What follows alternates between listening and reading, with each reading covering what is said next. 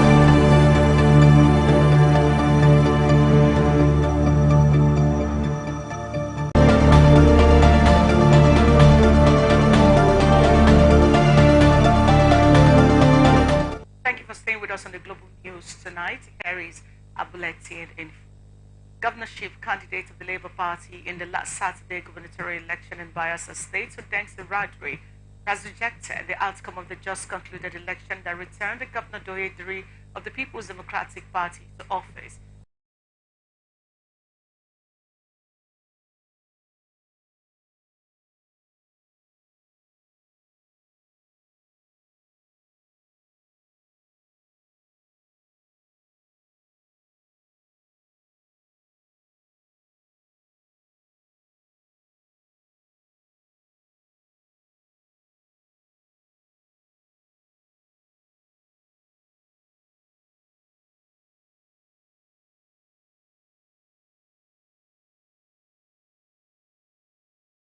Said he alleged football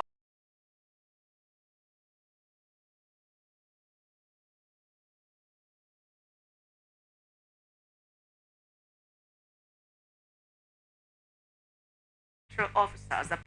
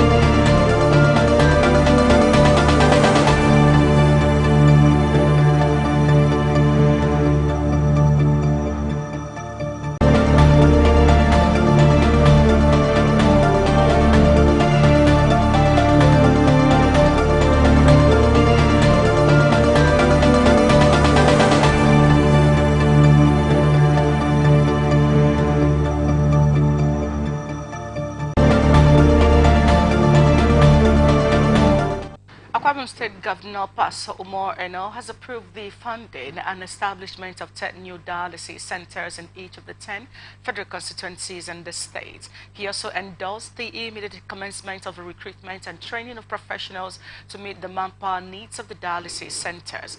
Eno disclosed this at the Emmanuel General Hospital, Eket, while inaugurating the Enoch and Folu Adeboye Dialysis Center donated by the Redeemed Christian Church of God, adding the proposed centers would be fully operational by June 2024, directed the deployment of the relevant personnel from the state hospitals to the inaugurated dialysis center to ensure that the facility is not underutilized due to lack of personnel, and advised the Commissioner for Health and critical stakeholders of the state to ensure that they provide a dialysis center in each federal constituency and guarantee between now and June 2024 those dialysis centers will be available and functional, while making a case for aggressive sensitization on kidney-related ailments and measures to checkmate their occurrence. The governor directed the Ministry of Health to collaborate with the Ministry of Information and Office of the Chief Press Secretary to the governor to undertake the sensitization program, and commended the gesture of Pastor Enoch Adeboye and his wife, Folu, in partnering government through the church's humanitarian arm,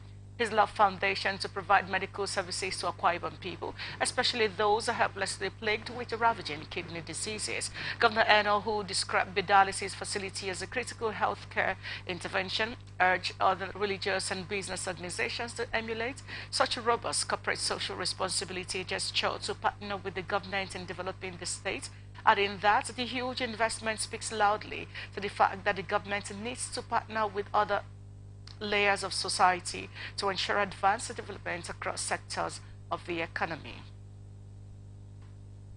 Headquarters of the 6th Division Nigerian Army, Port Harcourt, has probed the circumstances surrounding the death of one of its officers, Lieutenant Alphonsus Bazar, who committed suicide. The Army, in a statement titled Reply Nigerian Army Captain reportedly committed suicide in Akwa Ibom, issued in Port Harcourt, clarified that the late officer died in the line of duty. A statement signed by the Acting Deputy Director, 6th Division Army Public Relations, Major Jonah Danjuma, the 6th Division Nigerian Army spokesman, said Bazar died while deployed on duty at the 2 Brigade Step-Up Headquarters for exercise Stillwaters, the 3rd at ACN Udim local government of Akwa Ibom State, noting that the Army is a professional body that places premium on the welfare of its troops, and urged the media to refrain from publishing narratives that suggest that the security outfit is complicit in the officer's unfortunate demise. The division sympathizes with the deceased officer's family and over his unfortunate demise, and wishes to call on the media to refrain from publishing narratives suggestive of complicity in his unfortunate demise, adding that the Nigerian Army remains a professional organization that places a high premium on the welfare of its troops and would not take the demise of any of its personnel in any controversial circumstances for granted, and the division wishes to inform the general public that the issue is being thoroughly investigated and the public will be duly informed on the outcome of the investigation. The Akwa Ibom State High Court sitting in Uyo has ordered the Inspector General of Police, Olukayode Egbatukun, the Police Service Commission, and 4 others to pay one-piece robots, a housewife and the mother of 2, the sum of 200 million naira as damages for her unlawful arrest and detention. The presiding judge, Justice Ntong, gave the order in a judgment he delivered in a case of enforcement of fundamental rights brought by the applicant while the applicant was arrested by the police. Joined in the suit as respondents were the Inspector General of Police, Commissioner of Police, Administration, Force Criminal Investigation Department Abuja, Mr. Baba Zango Ibrahim, DSP Yusuf Dauda of Anti-Homicide Section, Alagbon in Lagos, Inspector Celestina Ubajer of Special Fraud Unit, Ikoyi, Lagos, and Police Service Commission, and delivering the judgments.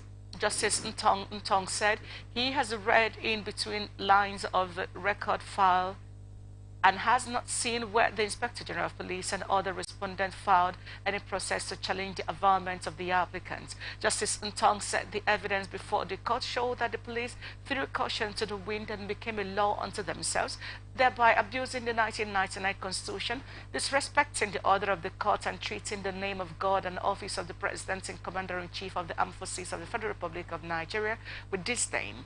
The court also ordered the IGP and 5 other respondents to return the 15 million naira collected from applicants to the Chief Registrar of the Federal High Court, Abuja, pending the hearing and final determination of the criminal charge against the applicant before the Federal High Court. The trial judge held that the police were not a debt recovery agency and has no power to have extorted 15 million naira from the applicants in a matter that have not concluded investigation, nor the applicant tried and found guilty by a court of competent jurisdiction, while counsel for the applicants Umedimo Woko, senior advocate of Nigeria, described the court as the last hope of the common man, and counsel for the respondent, Akabong SCN, said his client did no wrong to have reported the matter to the police. Governor Hope Uzodinma of Imo State says he has declared inclusive government for his opponents in the just concluded governorship election to join hands with him to lift the state, stressing that his opponents did not lose, but it was the people of the states that won. Uzodinma of the All Progressive Congress also extended the olive branch to his challengers in a state broadcast that the former senator came out with a landslide victory against the likes of Samuel Anyanwu of the People's Democratic Party and Athana Chonu of the Labour Party. The Imo Hemsman delivered an acceptance speech a day after the Independent National Electoral Commission declared him the winner of the off-cycle poll. President Bola Tinubu has extolled Governor Hope Uzodinma of Imo State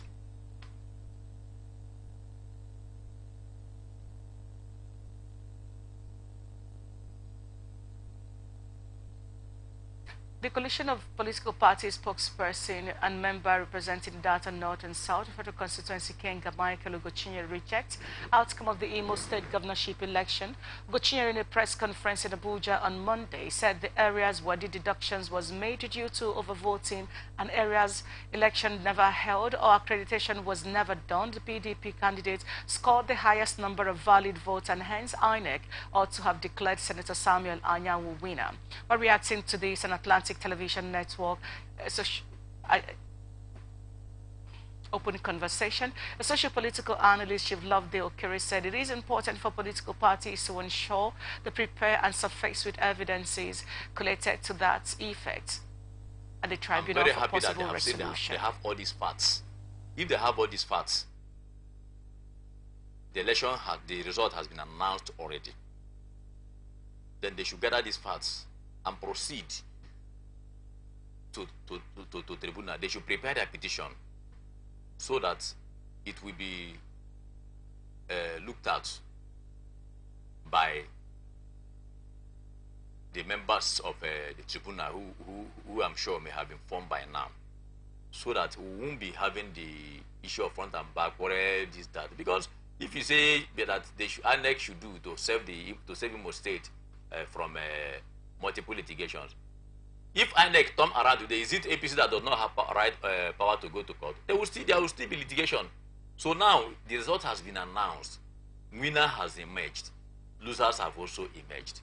So the next thing is, if you think that we are shortchanged in any way, then prepare yourself and go to tribunal.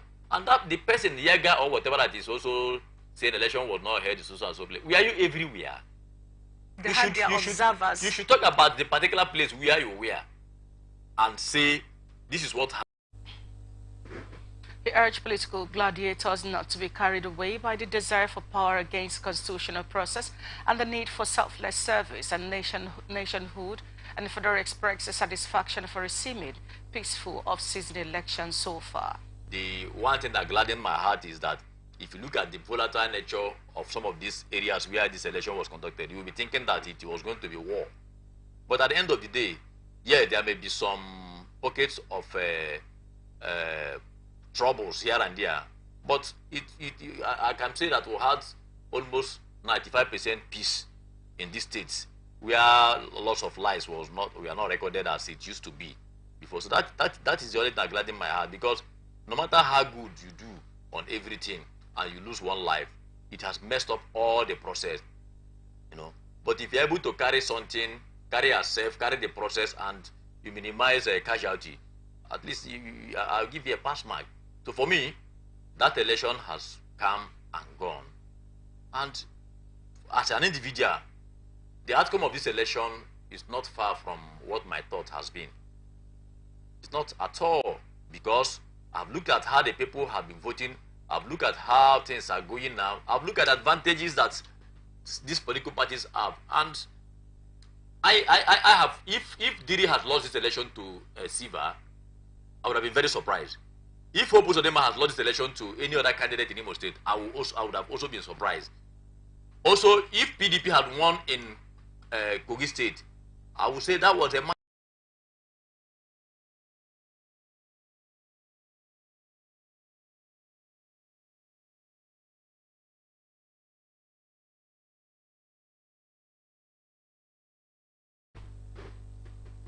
Ebony State Judiciary and Federal University in Dufu, Alike Iko, banks and ministries in Abakaliki have shut down for the nationwide strike declared by the Nigerian Labour Congress. The strike also paralyzed business activities in the state, especially those who trade inside the court premises. Academic activities of Ebony State University were affected by the strike. Speaking on the development, the State Secretary of the Judiciary Staff Union of Nigeria, Ebony State Chapter Awoke Emmanuel, said the group is complying with the directive of the national body of NLC. The organized labor comprising of all affiliates of the Nigerian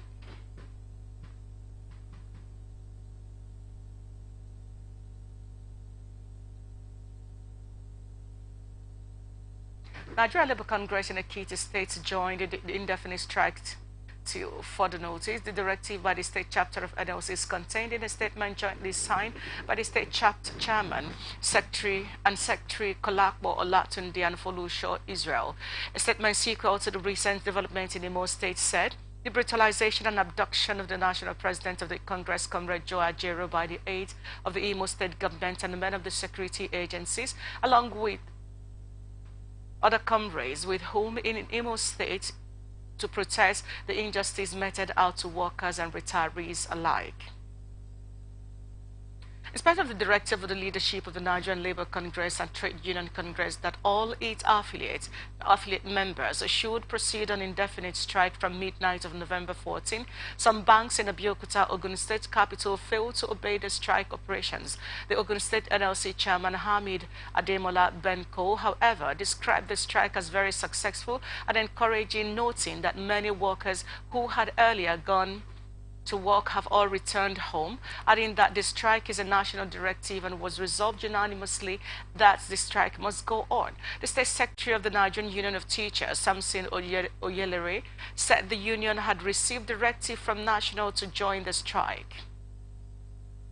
Members of the Academic Staff Union of Universities of Afami Awolowo University, Leife in Osun State have expressed their readiness to comply with the strike action directed by the Nigerian Labour Congress and Trade Union Congress. OAU ASU Chairman Professor Anthony Odiwe said the union had directed all its members to withdraw their services with effect from the midnight of Tuesday, November 14, and they are in compliance with the national directive. The strike action is in protest of the assault on Joe Ajiri, the president of the NLC, by police in Owerri, Imo State earlier in the month, adding that the strike was directed to press home the demand of the labor unions for the redeployment of the Imo State Commissioner of Police. The police had denied arresting Ajero, insisting that he was taken into protective custody to prevent a mob attack. The Minister of Labour and Employment, and Productivity, Simon Lalong, has convened a dialogue meeting with labour leaders nationwide. The labour leaders of the Nigerian Labour Congress and Trade Union Congress were expected at the meeting on Tuesday, November 14, 2023, and the labour unions had ordered their affiliates to withdraw their services nationwide.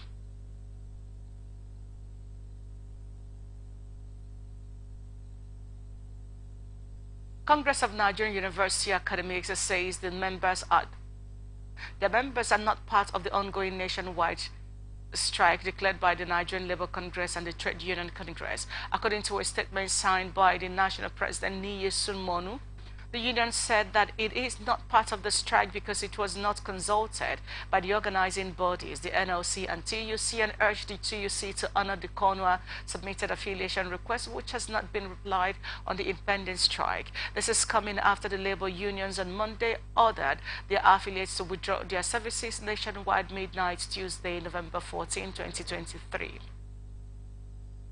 The Ogun State Police Command warns against the use of fire.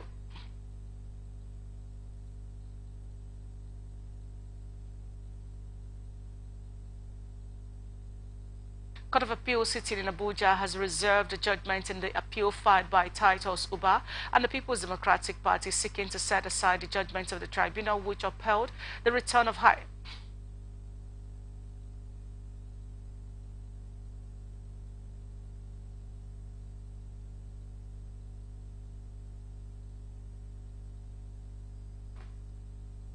Apologies everyone. Suspected herdsmen have reportedly abducted the suspended chairman of Obaku local government area of Benue State, Amina Audu, along with two others. Eyewitness said in Makadi that Audi and two others were kidnapped along Makadi off Naka Road on their way to Makadi. Some relations and the driver who was traveling with her was also abducted by the arms-wielding herdsmen who allegedly blocked the road and shot at her vehicle. Meanwhile, the police in Makadi is yet to make any statement on the matter.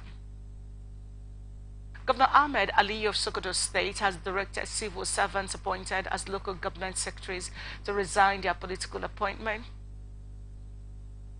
The governor, who disclosed this during a meeting with local governments, administrators and their secretaries across the state, said the controversy surrounding the position of local government secretaries was now over as the law categorized them among political office holders. Ali, in a statement signed by his spokesperson Abubakar Bawa, also directed the local government sole administrators to ensure regular security meeting with the relevant stakeholders in order to check banditry and other crimes in the state. The governor also charged the sole administrators to carry everyone along on security issues to achieve maximum success and charged them to be vigilant and report any suspicious character to relevant authorities for necessary action.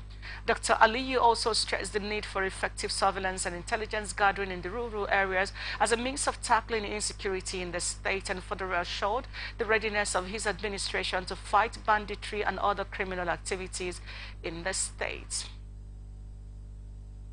Aloy Ejima called the special counsel to Nnamdi Kanu, the leader of the indigenous people of Biafra, says the Biafra agitator is not a terrorist. Ejimaka also said Kanu is the leader of millions and legions will never relent until he regains freedom, adding that the four courts won't award a terrorist monetary compensation and unconditional release. He disclosed this in his posting on X that the truth is it's self-evident and that the IPOB leader had been detained by the Department of State Services and the others of the Nigerian government since his rearrest in Kenya in 2021. Noting that since his return to Nigeria, courts have ordered his release while granting Kanu monetary compensation. The special counsel also said despite court orders granting the IPOB leader freedom, the Nigerian government has refused to release him, while IPOB accused the DSS of denying Kanu access to visitors amid his deteriorating health condition. Many government institutions and organizations were shut down today in Abuja to enforce a nationwide strike action as directed by the Nigeria Labour Congress and the Trade Union Congress. This followed the declaration by the NLC and TUC union in Nigeria to protest against brutalization of the NLC President Joe Ajero last week in Imo State. Members of the union refused to allow civil servants into their office, directing them to go back home. Our correspondent Rotimi Adewuyi reports. The Federal Secretariat, which is usually a busy place, was seen without its daily activities. Report says that members of the union had earlier on Tuesday morning denied workers access into their offices as a way to enforce the strike action.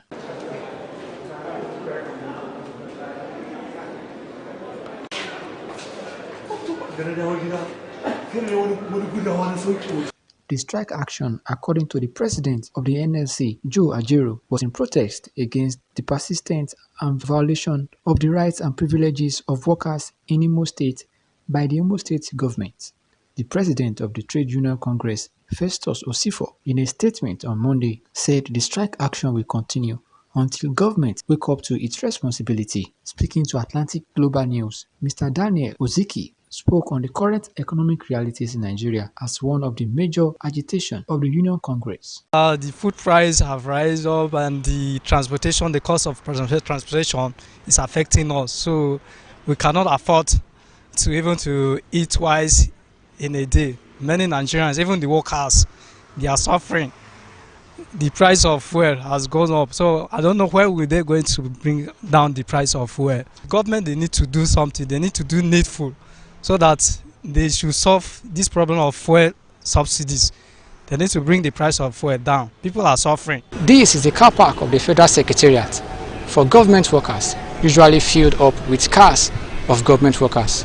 But due to the strike actions embarked upon by the Nigerian Labour Congress and the Trade Union Congress, these cars are not here, and it is hope that the federal government will find a lasting solution to call off the strike action. From Abuja, Rotimi Adewi, ATN News. Academic Staff Union of Universities has written to all zonal coordinators and chairpersons of the union urging members to mobilize for the nationwide strike in line with the directive from the Nigeria Labour Congress and the Trade Union Congress. The letter, which was signed by ASU National President Prosimano Losodike, said, as an affiliate of NLC, all members of the union are hereby directed to join the action of NLC to protect the interests of the Nigerian workers and the leadership of the union, stressing the zonal coordinators and branch chairpersons should immediately mobilize their members to participate in the action. This is coming after the president of NLC, Joe Ajaero, was arrested by the police ahead of a statewide protest in the Imo State, as disclosed by the NLC head of information, Benson Opa. The Attorney General for the Federation and Minister of Justice, Lateef Fagbemi, has warned the Nigeria Labour Congress and Trade Union Congress to be guided by the subsisting court order preventing the unions and their affiliates from embarking on the strike. The minister urged the NLC and TUC to respect the court order and adhere to the principle of the rule of law, adding that there was no need to resort to self-help. A statement issued by the Kamrudin Ogundele, the Special Assistant Communication and Publicity to the Attorney General of the Federation and Minister of Justice, said any action taken is contrary to the court's order, and will be tantamount to the contempt of court, and further urge the workers to report for duties and not to entertain any fear, as their safety is guaranteed and will be protected within the ambit of the law.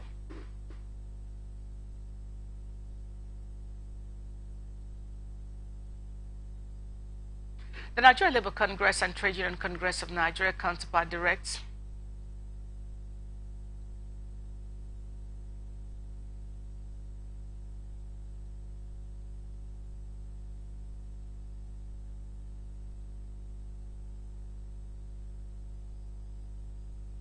Senator Anyanwu has resumed his office as the new PDP National Secretary at the Wadata Black Plaza. This is coming after Senator Anyanwu, who came second with 71,503 votes, while the incumbent governor, Senator Hope Uzodinma, scored 540,308 votes and was declared winner by the Independent National Electoral Commission.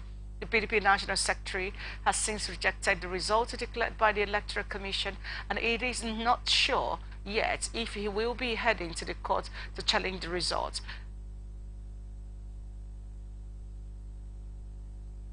The PDP on its X page shows a lettered staff of the party's National Secretariat welcoming Senator Anyanwu as he arrived at his office at the Wadata Plaza. Following report also says that Senator Anyanwu has been asked to stay away from the office by the court's order. Abuja Federal Capital Territory High Court has ordered Senator Anyanwu to cease parading himself as a National Secretary of the People's Democratic Party. The order was sequel to a suit seeking for an order of interlocutory injunction restraining the PDP from recognizing Anyanwu as National Secretary of the party pending the determination of the substantive suit.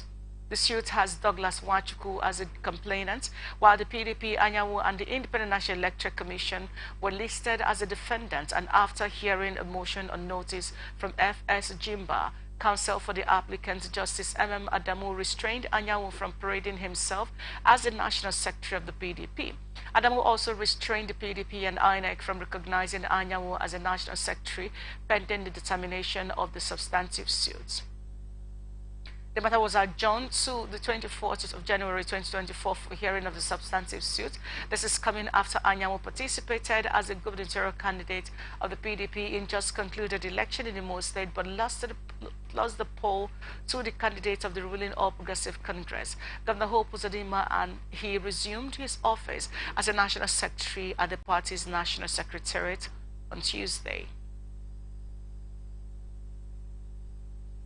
The former Vice President of Nigeria, Atiku Abubakar, has warned against the likelihood of Nigeria slipping to become a one-state party and has called for merger against the All Progressive Congress. The former Vice President, who disclosed this when he hosted the National Executive Committee of the Inter-Party Advisory Council Nigeria, said, "The project of protecting democracy in our country is not about just one man," and urged Nigerians to cooperate in order to promote democracy.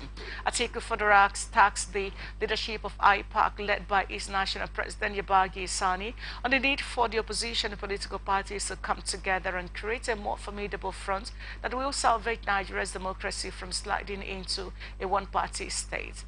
He also said the APC is increasingly turning Nigeria into a dictatorship of one party, and further chided the Independent National Electoral Commission for conducting the worst ever general election in the country. Yabagi Sani, while speaking on behalf of other members of the IPAC on the delegation, said the group had chosen to come and pay courtesy visit to Atiku because the former vice president is a true Democrat and a political leader who treads the path of detribalization and politics without violence. The IPAC president observed that despite the glaring shortcomings associated with the elections, democracy remains the best form of government. United Kingdom International Development and Kim Park Development Initiative is demanding the report of the post-election in Imo, Kogi, and Bayelsa state cycle of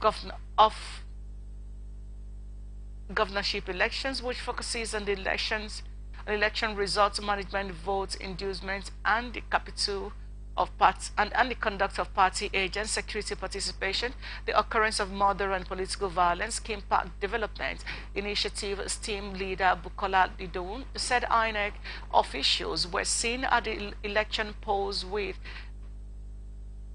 befit election results Kogi State before the elections started, and was reported by civil societies with INEC, which INEC promised to investigate.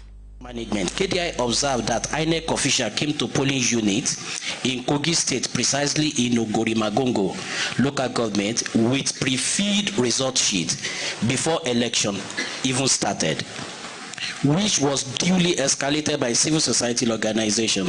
INEC later released a statement that it was going to investigate this irregularity. However, while we await the outcome of the promised INEC investigation, we condemn in its entirety this act of sabotage, as it brought a dent on the integrity of the election. It is our hope that the investigation will be thoroughly conducted and the persons within and outside INEC identified to be responsible will be held accountable and prosecuted to serve as deterrent for future elections. In like manner, we urge INEC to investigate, and I say again, we urge INEC to investigate allegations of the same handwriting filling out from ECA 8A that were uploaded on IREF in some wards in Imo, where election was said not to have been conducted. He said political officials were involved in vote buying, and that has engaged Nigeria in democracy jeopardy, as the free will of voters cannot be guaranteed. Voter inducement. We condemn vote buying in all its form. The political class has continually devised new innovation to vote buying since it gained prominence in Nigeria. However, the Saturday governorship election in Bayelsa, Imo, and Kogi witnessed flagrant impunity in vote trading. Voters openly traded their vote with political party agents for material things and money ranging from 1,000 to 40,000. The secrecy of the ballot was bluntly ignored as party agents clogged the voting area and openly canvassed for votes in exchange for money. The voter openly showed their thumb-printed ballot paper to guarantee payment in some of the polling units where we observed vote buying. This act puts Nigeria voting democracy in jeopardy as the free will of voters cannot be guaranteed because of inducement. KDI commends the arrest of some of the vote traders. However, this should not stop at mere arrest. There must be a well-publicized prosecution and conviction, if possible, so that it could serve as deterrent to would-be traders in future election. It will commend the efforts of party agents and agents conducted with INEC accredited tags, which he said was better than previous elections. Conduct of party agents. KDI noted the presence of party agents with INEC accredited tags in 95% of the polling units observed. This is commendable and an improvement from past elections, where it was difficult to identify party agents at the polling unit. However, there were reports of several party agents interfering in the process of some of the polling units observed. They were either seen intimidating and harassing ad hoc officials or voters they have known or seen not to be supporting their party in some polling units. In some cases, these polling agents were also seen disrupting the voting process and aided the snatching of ballot boxes in some locations where violence happened. On a part, Professor Remy Sonaya and Mrs. Ene Ede gave reports on security participation, the occurrence of modern political violence. With the conduct of security agents, the presence of security agents in the 3 states must be commended, as securing the election environment must be guaranteed for the maximum participation of citizens. Security agents well guarded the streets of the 3 states. Our observer groups encountered several checkpoints with the security agents ensuring that the electorate and observers were well identified before allowing them to pass through. Imo Kogi from January 1, 2023 to Thursday, November 9, 2023. These incidents range from murder, political clashes, political party clashes, destruction of campaign and private properties, shootings, and kidnappings. Kogi had recorded 53 incidents pertaining to elections, and we had monitored 35 of such incidents in the state of Imo, while Bayelsa had 22 verified incidents of election violence. These violent incidents have been carried out by different perpetrators, including protesters, state actors, sectarian actors, cultists, and unidentified gunmen. You're watching the Global News on Atlantic Television Network. We will be back after this break. 5-4 Empire Entertainment, in collaboration with River State Television, presents International Legendary Grand Award 2023. Theme: The Distinguished Conference, and Academic Beauty Queen Nigeria 2023, Season 5, The Beauty Elect Project, the #1 educational project contest nationwide. Performing Original Stereo Man, GYC, MC Mumu, Odogu Vibes, etc. Host Lady Chinyere Nwabweze, Nollywood star actress, and Emeka Okoye, Nollywood actor, and other special guests of honor. Date 19th November 2023. Venue Silver Blaze Garden and Hotels, 39 Eze Baka Baka Avenue, Woji Road, Port Harcourt, Rivers State, Nigeria. Time Green Carpet, 4 p.m. Main event 5 p.m. Tickets regular 2,000 naira, VIP 5,000 naira, table for 5 50,000 naira, gold table 300,000 naira, diamond 1 million naira. For more information, partnerships and sponsorships, please call 0813-359-3563 or 0906-047-4445. You can also email us at 54ckempire@gmail.com. Powered by 54 Empire Entertainment. Eloquent Suite, River State Television, Silver Blaze Garden and Hotels, Wish 99.5 FM, Atlantic Television Network, AIT and 8 Ball Play Lounge, etc.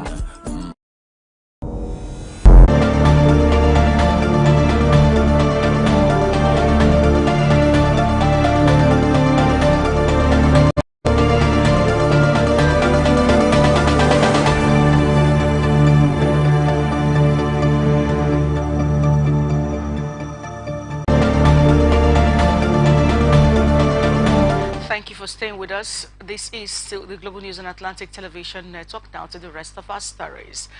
Gates leading to the National Assembly complex in Abuja had been shut down by parliamentary workers who joined the ongoing protests today by the labor unions. This is coming after the Nigerian Labour Congress and Trade Union Congress announced a nationwide indefinite strike starting today, Tuesday, despite a court order restraining the unions from doing so, adding that the unions last week issued a nationwide strike notice over an assault on Joe Ajero, the president of NLC, on November 1st, 2023 in Imo State. The gates in the National Assembly complex in Abuja have been shut down by parliamentary workers who have joined the ongoing protest by the labor unions. Many workers were seen stranded at the entrance of the National Assembly, but despite the lockdown, plenary is still ongoing in the House of Representatives.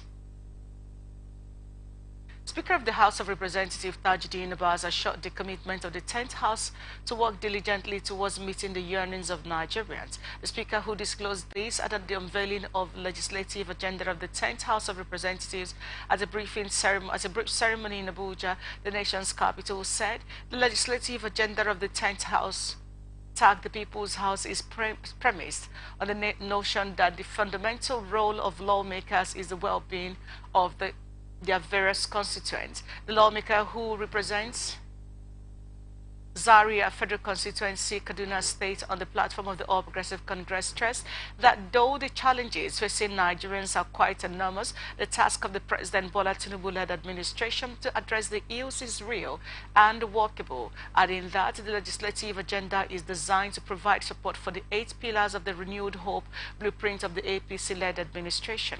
He listed the issues contained in the agenda to include strengthening good governance, economic development, improving national security, law reform, economic growth and development, social sector reform and development, inclusion and open parliament, influencing foreign policy and climate change and environmental sustainability, while stressing that the agenda has identified areas for legislation and intervention. On his part, the President of the Senate, Godswill Akpabio, commended the House for leading the way in unveiling its legislative agenda, adding that the Senate version would not be different from that of the House, while the Secretary to the Government of the Federation, George Akume, said a working legislature is a must for any country desirous of reaping the dividends of democracy. Deputy Speaker of the House of Representatives, Honorable Benjamin Kano, has unveiled the plans of 10th National Assembly to revisit the TET Fund Act with a view to incorporate monotonics as beneficiaries of the fund. Kano is disclosed this during the inauguration of House Committee on Polytechnics and Higher Education chaired by Honorable Boyega Isiaka. The Deputy Speaker, in his keynote address on retooling technical education towards a vibrant and productive economy, applauded the commitment of national to strengthen the ideals of promoting and reinforcing the pillars for a stronger educational system, maintained that there can be no significant economic growth in any country without adequate investment in education.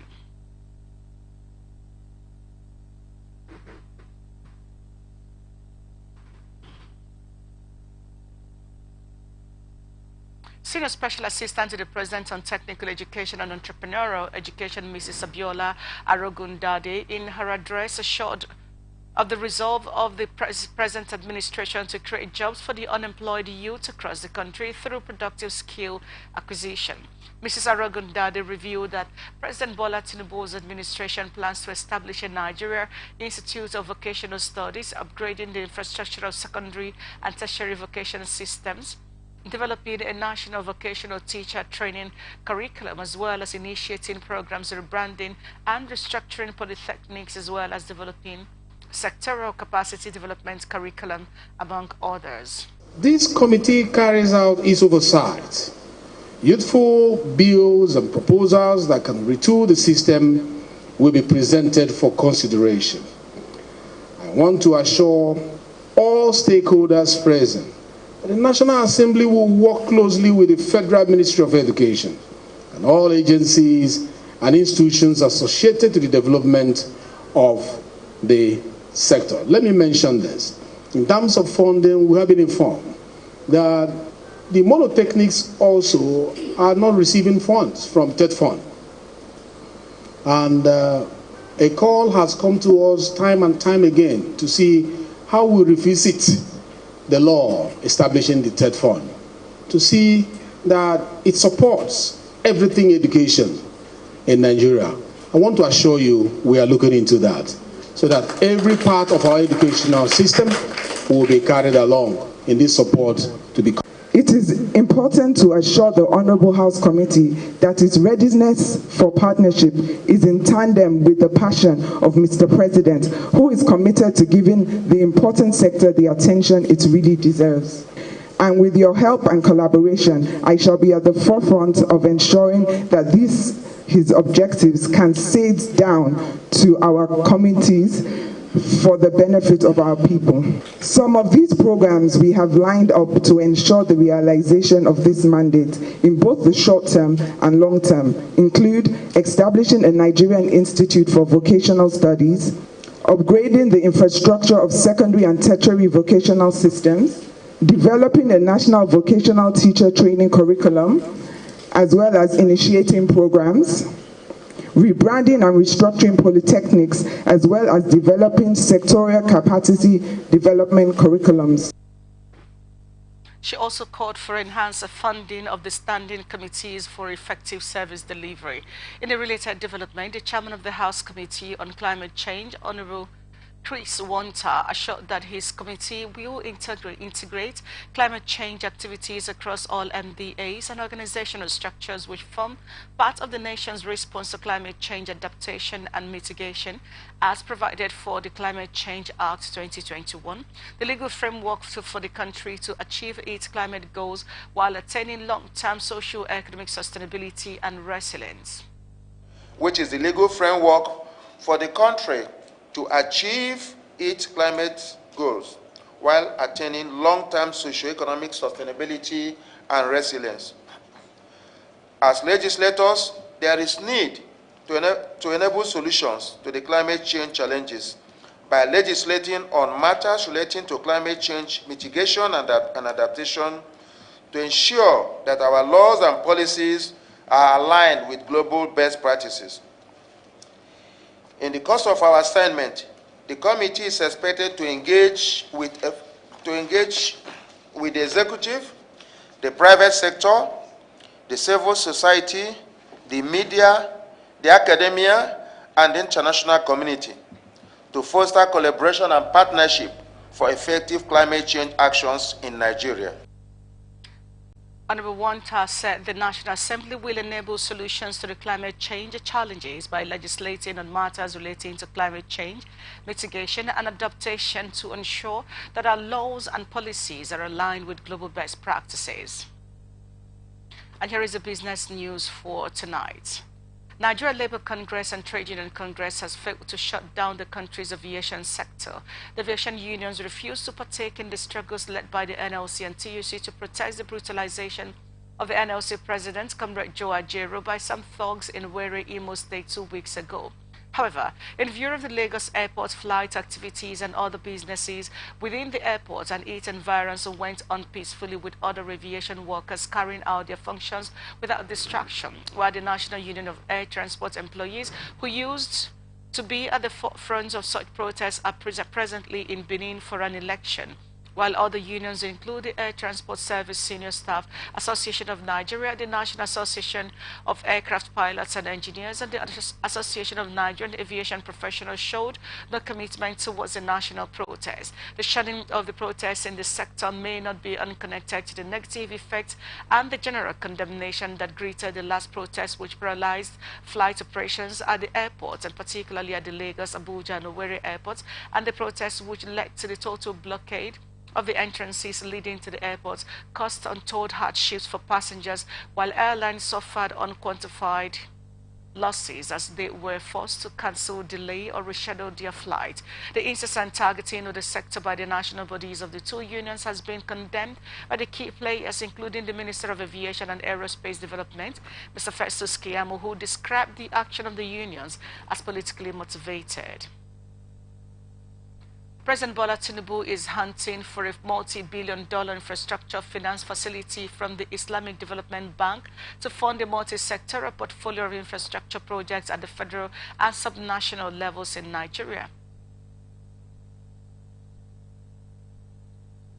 This was the crux of the discussions between Tinubu and the Vice President Country Programs of the Islamic Development Bank, Mansour Muhtar, on several sectors replete with investment opportunities for smart investors, including access to finance and guarantees, a hindrance in some cases. The Special Advisor to the President on Media and Publicity, Ajurin Galali, who disclosed this in a statement titled "President Tinubu Meets Islamic Development Bank Management Negotiates Multi-Billion-Dollar Funding Package for Infrastructure." In advancing negotiations with the bank, the president said Nigeria is a candle of hope that will light the way for Africa. And once Africa is illuminated, the world will be a brighter place for all of humanity, and determined to create a future for gifted youths. National Security Advisor Nuhu Ribadu says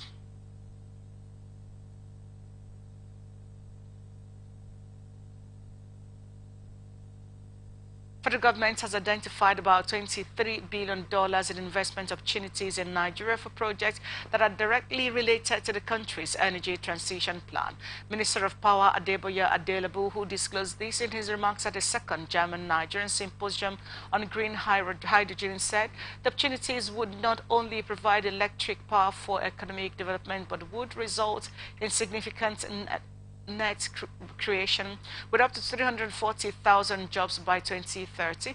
He also said the ETP will create up to 840,000 jobs by 2060, driven mainly by power, cooking and transport sectors, adding that gas will play a critical role as a transition fuel in Nigeria's net zero pathway, particularly in power and cooking sectors. Adding that ETP creates significant investment opportunities, such as the establishment and expansion of industries related to solar energy, green hydrogen, and electric vehicles. You're still watching the Global News on Atlantic Television Network. Here is up next international tidbits. The World Health Organization says thousands of dead bodies have been trapped inside Gaza's largest hospital due to nearby fighting.